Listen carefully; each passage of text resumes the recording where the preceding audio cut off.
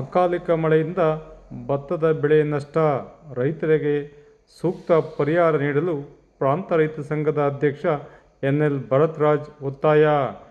ಗುರುವಾರ ತಡರಾತ್ರಿ ಬಿದ್ದ ಅಕಾಲಿಕ ಮಳೆಯಿಂದಾಗಿ ಭತ್ತದ ಬೆಳೆ ಹಾಳಾಗಿದ್ದು, ಭತ್ತದ ಬೆಳೆಗಾರರು ಬಹಳ ಕಂಗಾಲಾಗಿದ್ದಾರೆ. ನಷ್ಟಕ್ಕೆ ಒಳಗಾದ ರೈತರಿಗೆ ಸೂಕ್ತ ಪರಿಹಾರ ನೀಡಬೇಕೆಂದು ಕರ್ನಾಟಕ ಪ್ರಾಂತ ರೈತ ಸಂಘದ ತಾಲೂಕು ಅಧ್ಯಕ್ಷರಾದ ಎನ್.ಎಲ್. ಭರತ್ರಾಜ್ ಸರ್ಕಾರವನ್ನು ಒತ್ತಾಯಿಸಿದ್ದಾರೆ. ರೈತರು ಬೇಸಾಯ ಮಾಡೋದೇ ದುಸ್ತರವಾಗಿರುವ ಈ ಸ್ಥಿತಿಯಲ್ಲಿ ಕಷ್ಟಪಟ್ಟು ಸಾಲ ಮಾಡಿ ಭತ್ತದ ಬೆಳೆ ಬೆಳೆದಿದ್ದರೂ ಕೈಗೆ ಬಂದ ತುತ್ತು ಬಾಯಿಗೆ ಬಂದಿಲ್ಲ ಎಂಬ ಗಾದೆಯಂತೆ ರೈತನ ಪರಿಸ್ಥಿತಿ ತಲೆದೂರಿದೆ ಎಂದರು.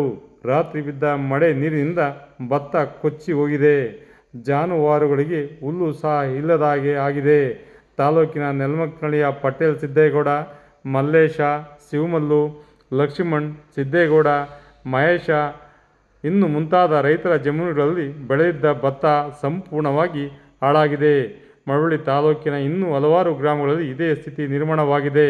ಇದಕ್ಕೆ ಸೂಕ್ತ ಪರಿಹಾರವನ್ನು ಸರ್ಕಾರ ಮತ್ತು ತಾಲೂಕು ಆಡಳಿತ ನೀಡಬೇಕೆಂದು ಕರ್ನಾಟಕ ಪ್ರಾಂತ ರೈತ ಸಂಘ ಈ ಸಂದರ್ಭದಲ್ಲಿ ಒತ್ತಾಯಿಸಿದೆ ಎಂದರು. ರೈತರು ಎಕರೆಗೆ ಕನಿಷ್ಠ 50,000ದಷ್ಟು ನಷ್ಟವಾಗಿದೆ. ಆದ್ದರಿಂದ ಎಕರೆಗೆ ಕನಿಷ್ಠ 30,000 ಪರಿಹಾರ ನೀಡುವಂತೆ ಅವರು ಈ ಸಂದರ್ಭದಲ್ಲಿ ಆಗ್ರಹಿಸಿ ಮಾತನಾಡಿದರು.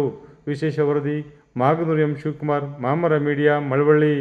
ತಾಲೂಕಿನ ನೆಲಮಕ್ಕನಹಳ್ಳಿ ಗ್ರಾಮದಲ್ಲಿ ಅಕಾಲಿಕ ಮಳೆಯಿಂದಾಗಿ ಭತ್ತದ ಬೆಳೆ ಹಾಳಾಗಿರುವುದನ್ನು ಚಿತ್ರದಲ್ಲಿ ಕಾಣಬಹುದಾಗಿದೆ.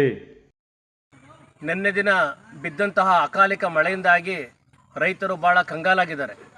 ಏನು ಜೀವನ ನಿರ್ವಹಣೆಗೋಸ್ಕರವಾಗಿ ಬೆಳೆದಿದ್ದಂತಹ ಭತ್ತ ಎಲ್ಲವೂ ಸಹ ಕೂದು ಅದನ್ನು ಹರಿಯಾಕಿದಂಥ ಸಂದರ್ಭದಲ್ಲಿ ವಿಪರೀತವಾದಂತಹ ಮಳೆ ಬಿದ್ದು ಎಲ್ಲವೂ ಇವತ್ತು ನೀರಿನಲ್ಲಿ ತೇಲಾಡುವಂಥ ಒಂದು ಸ್ಥಿತಿ ನಿರ್ಮಾಣ ಆಗಿದೆ.